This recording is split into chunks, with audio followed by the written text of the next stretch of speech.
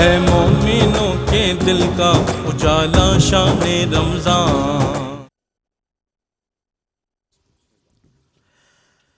دل تیرا کو چمکاؤں مجھے توفیق دے مولا، دل تیرا کو چمکاؤں مجھے توفیق دے مولا، تجھے میں یاد کر پاؤں، تجھے میں یاد کر پاؤں، مجھے توفیق دے مولا، دل تیرا کو چمکاؤں مجھے توفیق دے مولا، دل تیرا کو چمکاؤں۔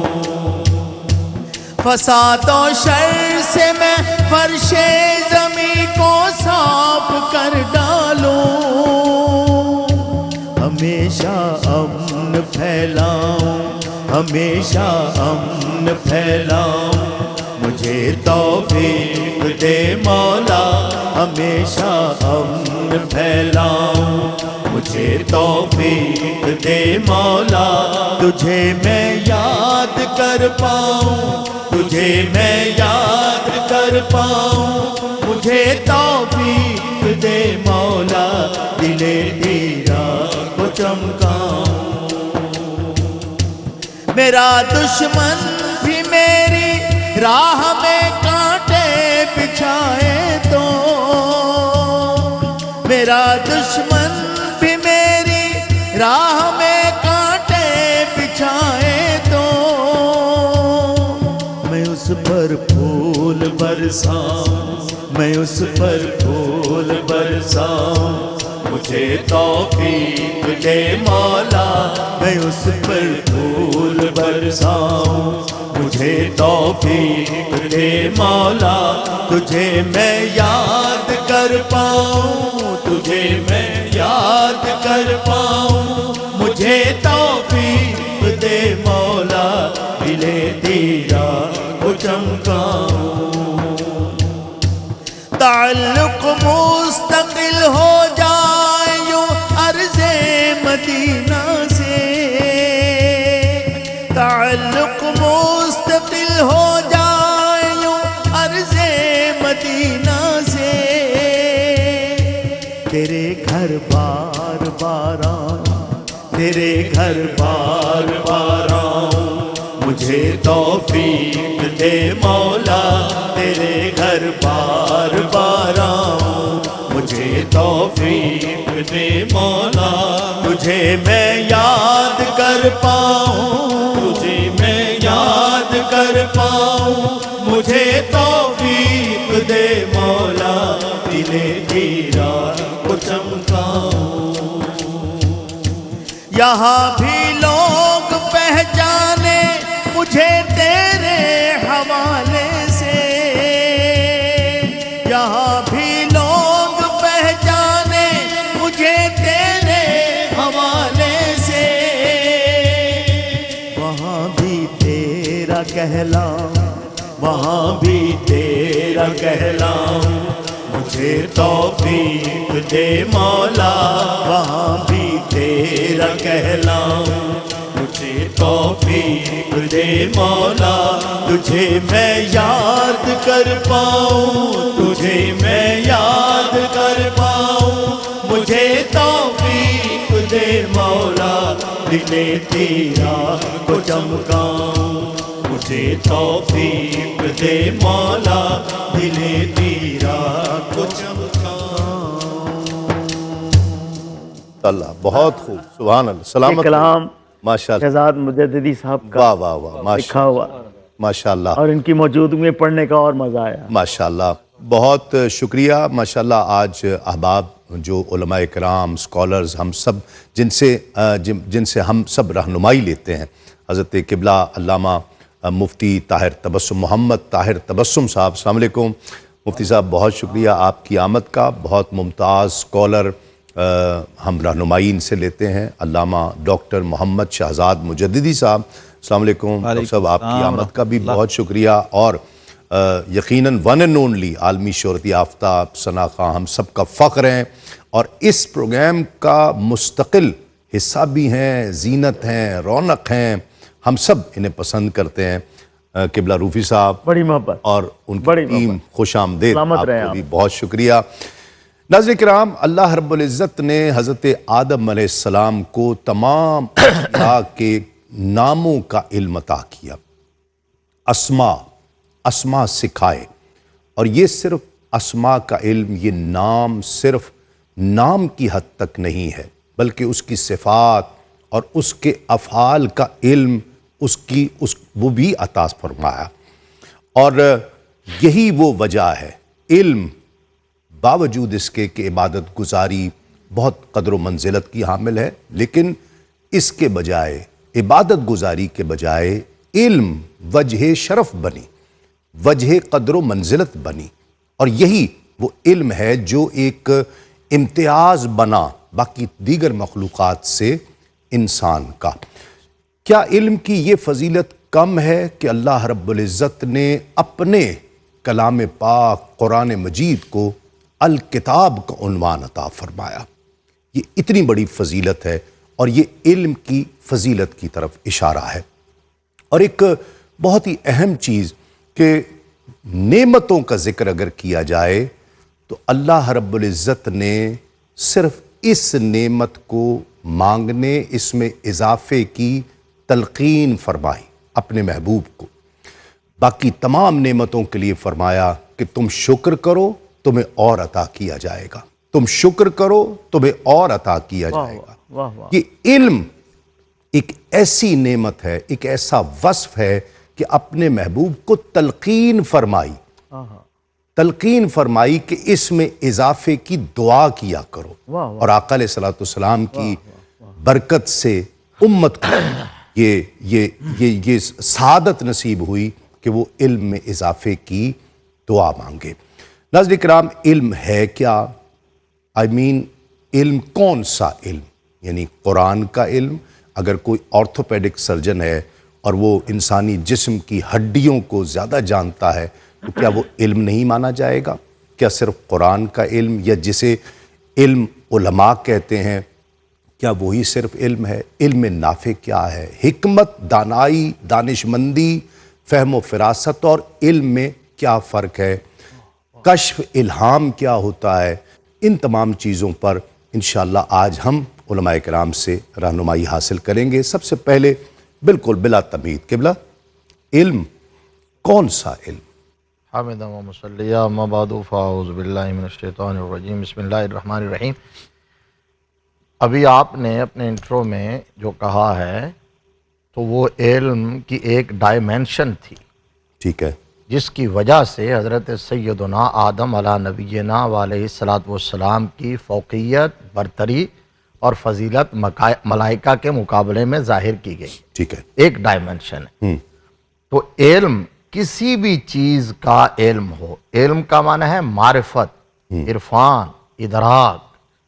ٹھیک ہے، کسی بھی چیز کا جو علم ہے فی نفس ہی وہ علم محمود ہے، مستحسن ہے، محبوب ہے، مطلوب ہے. ٹھیک ہے. اور میں نے اکثر اوقات یہ کہا کہ یہ جو کہہ دیتے ہیں ہمارے ہاں کہ دینی علم اور دنیاوی علم، یہ جس طرح میں نے اس دن کہا تھا کہ بہت اچھی بات، دنیا کا تقابل درست نہیں ہے، اسی طرح یہ تقابل ہے ہی نہیں، اور دنیاوی علم یہ بھی تقابل ہرگز نہیں بنتا. بالکل ٹھیک ہے. ہاں، یوں کہہ سکتے ہیں آپ عصری علم اور قدیم علم، وہ کہہ سکتے ہیں. جتنے علوم آج جدید ہیں ان کو آپ عصری علوم کا ایک ٹائٹل دے سکتے ہیں. ادروائز علم علم ہی ہے. نبی رحمت صلی اللہ تعالیٰ علیہ وآلہ وسلم نے صحابہ کو جو تلقین فرمائی کہ فلاں جگہ، اگرچہ اس حدیث کے بارے میں جو ہے وہ کلام ہے اس کی سند کے حوالے سے، لیکن چین کی طرف جو اشارہ ہے، اور پھر ایک مستند حدیث حضرت زید بن ثابت رضی اللہ تعالیٰ عنہ کو آقا کریم صلی اللہ علیہ وسلم نے فرمایا سریانی زبان سیکھو. تو یہ زبان کا علم تھا. تو وہ عربی نہیں تھی، قرآنی زبان نہیں تھی. تو علم فی نفس ہی محمود ہے، مطلوب ہے، کسی بھی چیز کا ہو. ہاں، البتہ علم حاصل کرنے کے بعد جو اس کا استعمال ہوتا ہے، جو آپ نے ایک لفظ بولا ہے، اگر وہ مخلوق خدا کے لیے نفع بخش ہو تو پھر تو یقیناً وہ اسی کیٹیگری میں فال کرے گا. اور اگر اس خلق خدا کو نقصان ہو رہا ہے، اس کا استعمال غلط ہو رہا ہے، تو پھر ظاہر بات ہے وہ علم مذموم ٹھہرے گا. ٹھیک ہے. اچھا، اس میں ایک بڑی پیاری بات جو واقعہ کی طرف آپ نے اشارہ تو کر دیا. ہم نے پہلے بھی بیان کیا تھا کہ اللہ تبارک و تعالیٰ نے جب اس مخلوق کو، حضرت انسان کو بنانے کا پروگرام بنایا، ملائکہ کے سامنے رکھا، انہوں نے اعتراض کیا تو جواب کہا تھا کہ عالم ما لا تعلمون. اب اس سے اگلی بات آج کے مضمون میں ہے جو آپ نے ابھی، اب جب حضرت آدم علیہ السلام کو اسماء اور اسباق کی کنہا، ماہیت، ما لہو ما علیہ، اس کی ڈیٹیلز ساری جب سکھا دی گئیں تو ملائکہ اس کی تمام صفات جتنی، میں نے ایک لفظ بولا کنہ اور ماہیت، یہ صفات سے آگے کی بات ہے. ٹھیک ہے. یعنی جس کے اندر ماہیت اور کنہ میں کوئی چیز باقی بچتی ہے، یعنی آج کی زبان میں ڈی این اے کہہ لیں. ہاں، یہ ٹھیک ہے نا. یہ فائدہ ہے. آپ کیا کہہ رہے تھے کہ ڈاکٹر جو ہے، اچھا مریض جو ہے وہ مطلب انگلش سیکھ سکتے ہیں نا، اس کا مطلب ہے ضروری ہے سیکھنا، سیکھ سکتے ہیں، ضروری ہے یہ سیکھنا. ڈی این اے میں نے کب بولا ہے؟ کہاں سے میں اگر نہ سن ہی رہنا تھا. یہیں سے تو مجھے خیال آیا نا کہ جی مطلب انگلش سیکھ سکتے ہیں کہ یہ تو یہ زبانیں ہیں نا، زبانیں سیکھنا تو خیر ویسے بھی علم اس سے آگے کی چیز ہے. ٹھیک ہے. علم، یہ زبانیں جو ہیں، زبان سیکھنا یہ علم نہیں کہلواتا. زبان اور سیکھنا ضروری ہے، جائز بھی ہے، ضروری بھی ہے. اچھا، اس میں یہ تھا کہ جب ملائکہ نے کہا کہ یا اللہ جتنا علم تو نے ہمیں دیا ہمیں تو وہی پتہ ہے، تو اللہ تبارک و تعالیٰ نے حضرت آدم علیہ السلام کو کہا کہ اب آپ خبر دیجئے.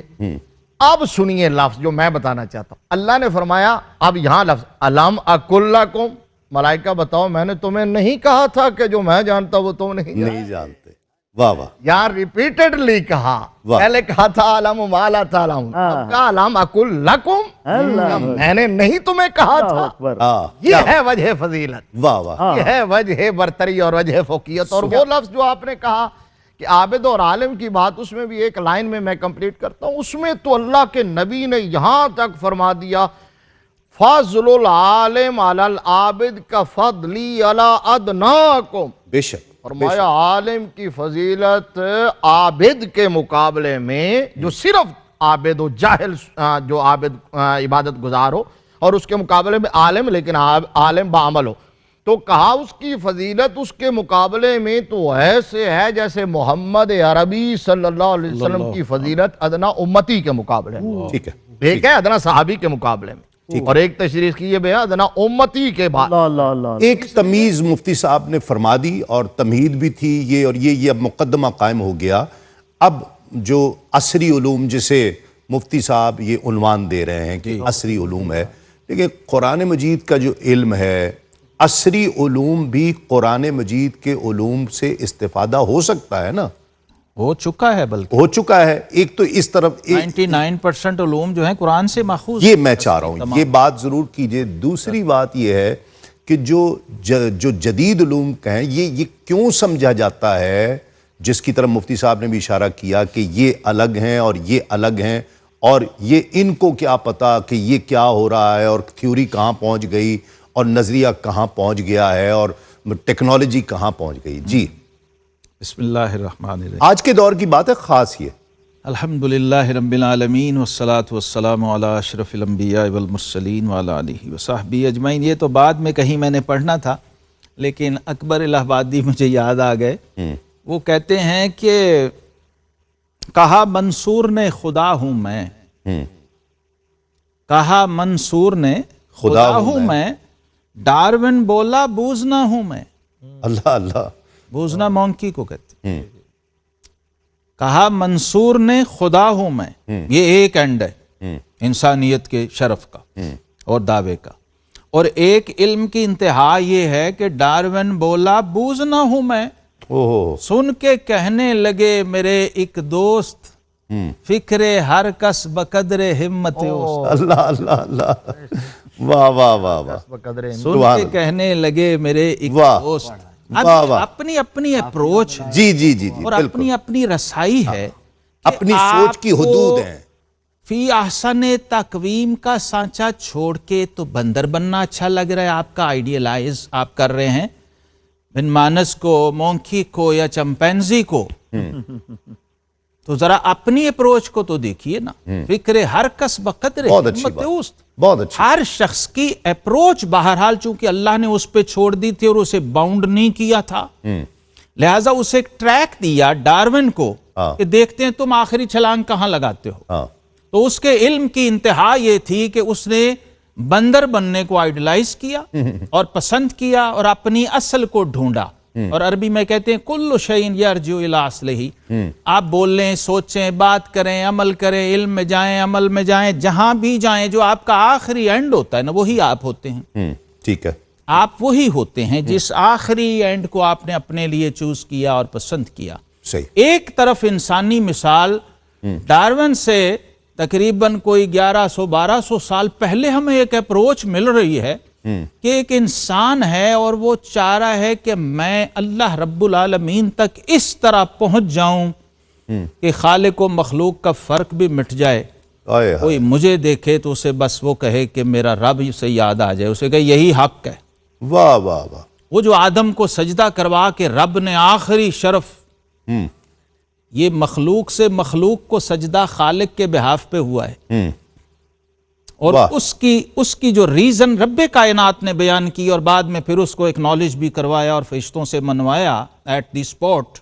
حالانکہ وہ بائی آرڈر بھی منوا سکتا تھا بے شک, لیکن اس نے عملی طور پہ اور لاجیکلی منوا کے ہمیشہ کے لیے حجت تمام کر دی. واہ واہ واہ.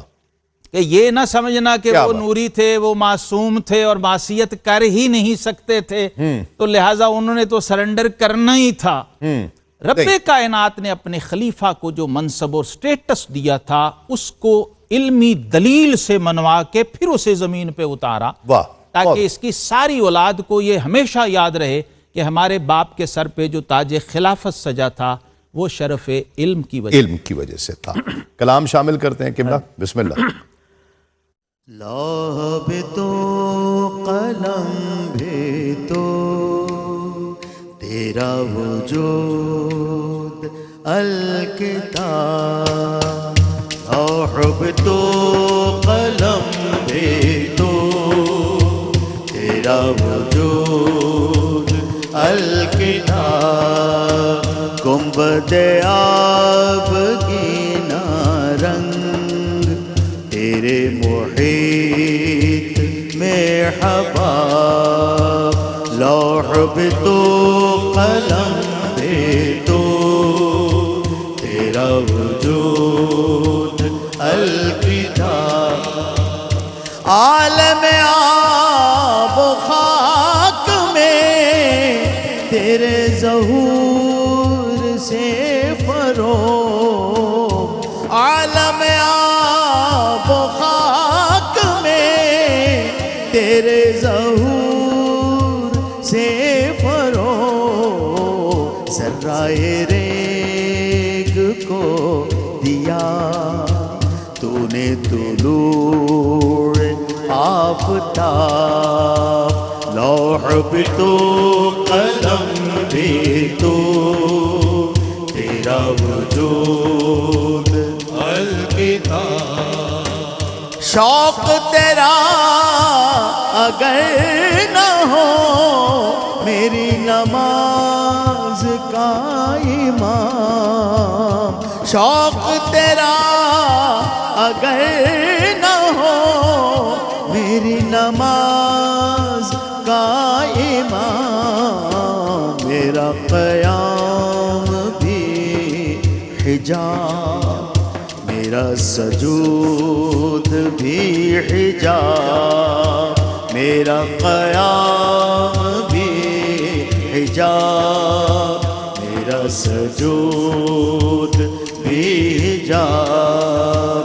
لوح بھی تو قلم بھی تو تیرا وجود الکتاب. تیری نگاہ ناز سے دونوں مراد پا گئے. تیری نگاہ ناز سے دونوں مراد پا گئے. عقل غیاب و جستجو غیاب و جستجو عشق حضور و اضطراب لوح بھی تو قلم بھی تو تیرا وجود الکتاب گنبد آب کی رنگ تیرے محیط میں حباب.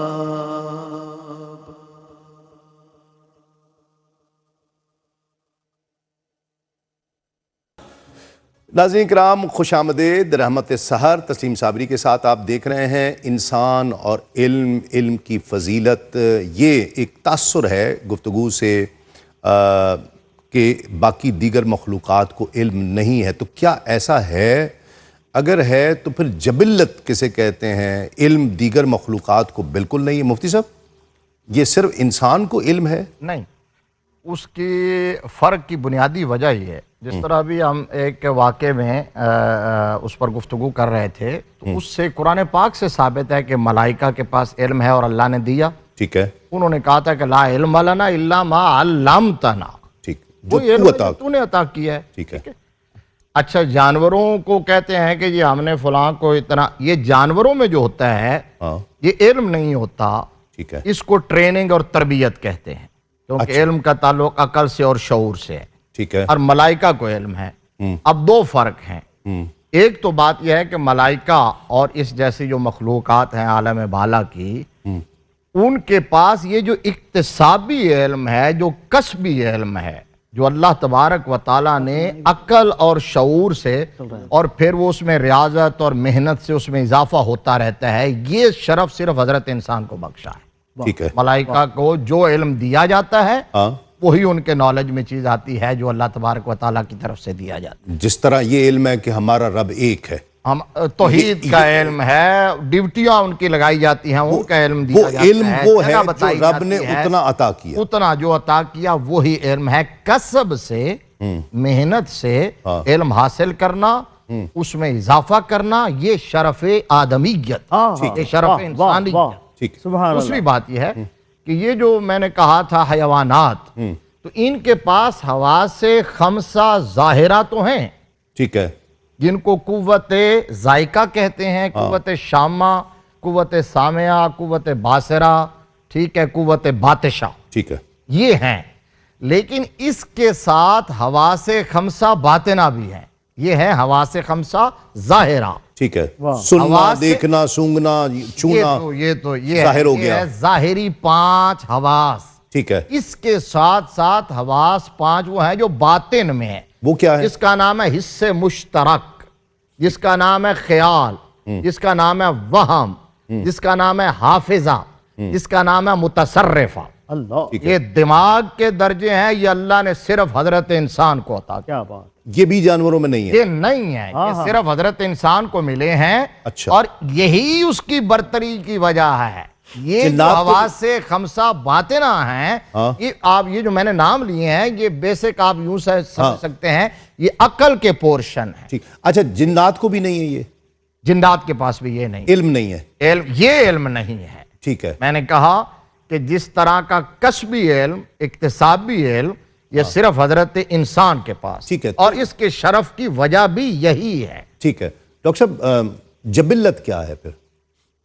جبلت جو ہے نا، یہ انسان کو اللہ تبارک و تعالیٰ نے، اور ہر مخلوق کو، جبلت کا تعلق صرف انسان سے نہیں ہے. ٹھیک ہے. یہ علم کی کوئی صورت نہیں ہے؟ نہیں. جبلت جو ہے، جبلت تو وہ سورس ہے، وہ ٹول ہے آپ کے وجود میں جو رکھا گیا، جس پر اللہ تبارک و تعالیٰ نے آپ کو آگے چلانا ہے. اسی کی اہلیت و صلاحیت آپ کے پاس ہے، اور اسی کے مطابق جو سکل آپ کی ہوگی، جو ٹیلنٹ آپ کے پاس ہوگا، آپ اس کو یوٹیلائز کر سکیں گے اور اپلائی کر سکیں گے. ٹھیک ہے. ٹھیک ہے. جبلت جو ہے یہ تو ہر مخلوق کا اپنی اپنی الگ سے ہے. ٹھیک ہے. اب دیکھیے حدیث شریف میں فرمایا گا کل مولود یولد علی الفطرہ، یعنی جبلت کا تعلق فطرت سے، نیچر سے ہے. ٹھیک ہے. یعنی ایک جانور کو پتہ ہے کہ میں یہاں آگ میں جاؤں گا تو جل جاؤں گا. بالکل. یہ اس کی جبلت میں ہے، خیر اور شر میں تمیز. ٹھیک ہے. کہ میرا نفع اور نقصان کیا ہے، وہ اس کو سمجھتا ہے. اللہ نے اس کو جو حواس دی ہیں، جبلت اس سے متعلق چیز ہے، ایک سینس کا لیول ہے، ٹھیک ہے، لیول آف سینس ہے جو اللہ نے ہر مخلوق میں سمجھ گیا. اب میں چاہتا ہوں علم نافع، وہ جو علم ہے، یعنی علم حاصل کر کے بھی وہ چیز نفع بخش نہیں ہے، وہ نقصان ہے اپنے لیے بھی، معاشرے کے لیے بھی، کمیونٹی کے لیے بھی، وہ علم کس کام کا ہے؟ ہاں، یہ بھی بہت اہم ہے سمجھنا. ہمارے ہم دین میں اور اسلام میں علم کو انہی دو بنیادی اقسام میں تقسیم کیا گیا، ٹھیک. ورنہ علم کی جتنی فضیلت ہمارے دین نے بیان کی ہے کسی اور نظام نے بیان نہیں. بے شک. اور اس کے شرف کی یہ حد ہے کہ عبادت کے مقابلے میں بھی علم کو ترجیح ہے، بے شک. عمل کے مقابلے میں بھی علم کو ترجیح ہے. بے شک. یہ جو سجدہ ہوا ہے اصل میں فرشتوں نے اپنی عبادت ریفر کی تھی، تو اللہ رب العالمین نے اس کے مقابلے میں علم کو ریکمینڈ کیا تھا کہ یہ میرا جو خلیفہ ہے، ہو سکتا ہے تمہارے جیسی اور تمہارے جتنی عبادت نہ کر سکے، لیکن میں اس کو وہ شرف اور وہ وصف دوں گا جو میرا وصف ہے اصل میں. جب ہم علم کی فضیلت کی بات کر رہے ہوتے ہیں تو اس میں جو نقطۂ عروج ہے اس کا وہ یہ ہے، اور جو اہل علم نے پوری امت کے سمجھ لیجئے تمام ائمہ نے، سارے کیٹیگریز کے جو علماء ظاہر و باطن کے ہیں، وہ سب جس نقطے پہ کھڑے ہیں وہ یہ ہے کہ علم کی وجہ فضیلت یہ ہے کہ وہ خالق کی صفت ہے. واہ واہ. علم کیوں سپیریئر ہے؟ وہ انسان کی وجہ سے سپیریئر نہیں ہے. جی ہاں. علم کا شرف ذاتی ہے اور عمل کا شرف اضافی ہے، عبادت کا شرف اضافی ہے. اس لیے اس کو اللہ یعنی آدم یعنی اپنے خلیفہ کو جو شرف بخشنا تھا تو اس کے اندر کوئی ایسا وصف پیدا کر کے نہیں فرشتوں کو دکھایا، بلکہ اپنی صفت میں سے حصہ دے کے، بے شک.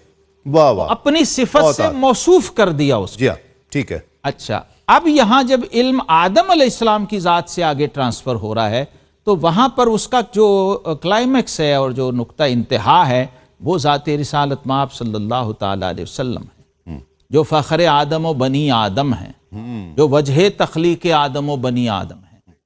وہاں کیا ہوتا ہے؟ وہاں وہی بات آتی ہے قُل رب زدنی علما. اب یہاں بھی ایک میسج ہے اسی دعا میں، وہ یہ ہے کہ محبوب علم تیرے ذات سے بھی منسوب ہو جائے تو اس میں اضافے کی گنجائش پھر بھی رہے گی. واہ واہ. جتنا بھی ہو. ہاں، علم تیری ذات سے بھی جب جڑ گیا تو شرف علم کا تاج تیرے سر پہ بھی آ گیا تو ابھی بھی اس میں اضافے کی گنجائش رہنی ہے. وَفَوْقَ كُلِّ ذِي عِلْمٍ عَلِيمٌ. بے شک. نبی رحمت صلی اللہ علیہ وسلم کی بارگاہ میں جب علم اس شان سے پہنچتا ہے، اور آپ کی شان علم یہ ہے کہ امام بصیری کہتے ہیں کہ فَإِنَّ مِن جُودِكَ الدُّنْيَا وَضَرَّتَهَا وَمِنْ عُلُومِكَ عِلْمَ اللَّوْحِ وَالْقَلَمِ. آپ کے علم کی یہ انتہا ہے کہ لوح و قلم کا علم بھی آپ کے علم کا جز ہے. وہ ذات جو ہے وہی حق رکھتی ہے کہ وہ بتائے کہ علم نافع کیا ہوتا ہے اور علم غیر نافع کیا ہوتا ہے. واہ واہ. نبی کریم علیہ السلام نے جہاں علم اضافے کی دعا کی، وہیں آپ صلی اللہ علیہ وسلم نے یہ دعا کی اللہم انی اسألک علما نافعا. واہ. اے اللہ میں تجھ سے علم نافع مانگتا ہوں. دوسری جگہ فرمایا اللہم انی اعوذ بک من علم لا ینفع. اے اللہ میں اس علم سے تیری پناہ مانگتا ہوں جو غیر نافع ہو، یعنی خود صاحب علم کو بھی اس سے کوئی فائدہ نہ ہو رہا ہو. اور پہلی بات تو اصل جو اس کی تقسیم ہے وہ یہ ہے فائدہ نہ ہو رہا ہو. ہاں، علم ضروری نہیں کہ آپ ساری دنیا کو پہنچائیں. سب سے پہلے علم کا فیض آپ کو پہنچنا چاہیے، ٹھیک ہے، تب وہ علم نافع ہے. واہ.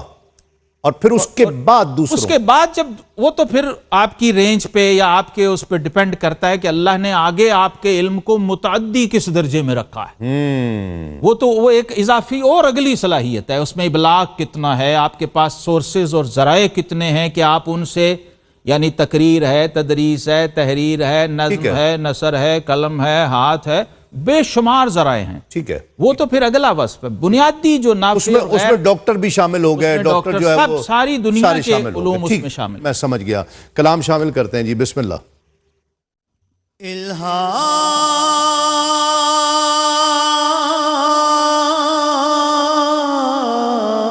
الہام جامع ہے تیرا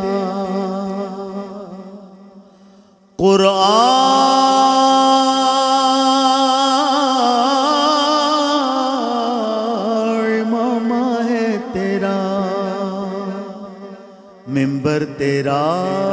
فرش بری یا رحمت للعالمین یا رحمت للعالمین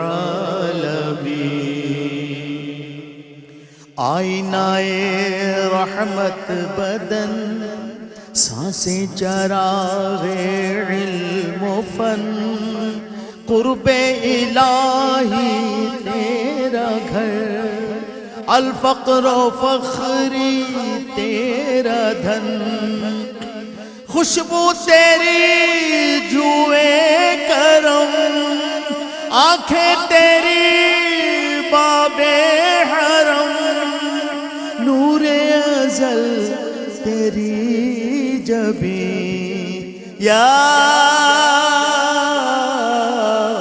رحمت للعالمین یا رحمت للعالمین تیری خاموشی بھی اذان نیندیں بھی تیری رت جگے تیری حیات پاک کا ہر لمحہ پیغمبر لگے خیر البشر رتبہ تیرا آواز حق خطبہ تیرا آفاق تیرے سامعین یا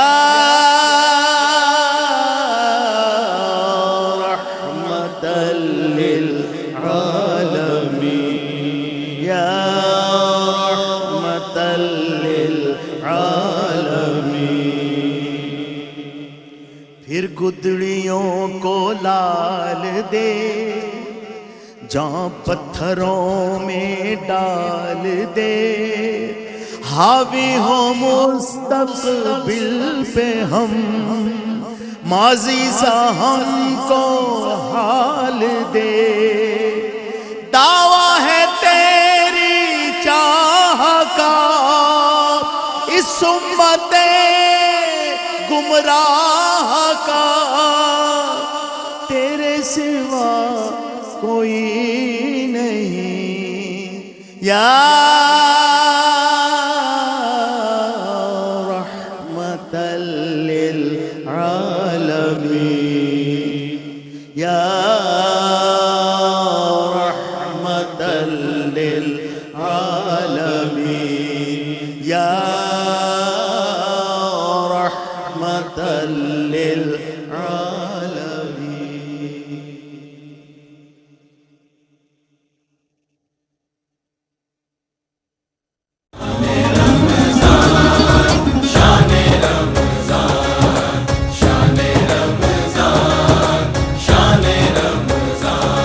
ہے مومنوں کے دل کا اجالا شان رمضان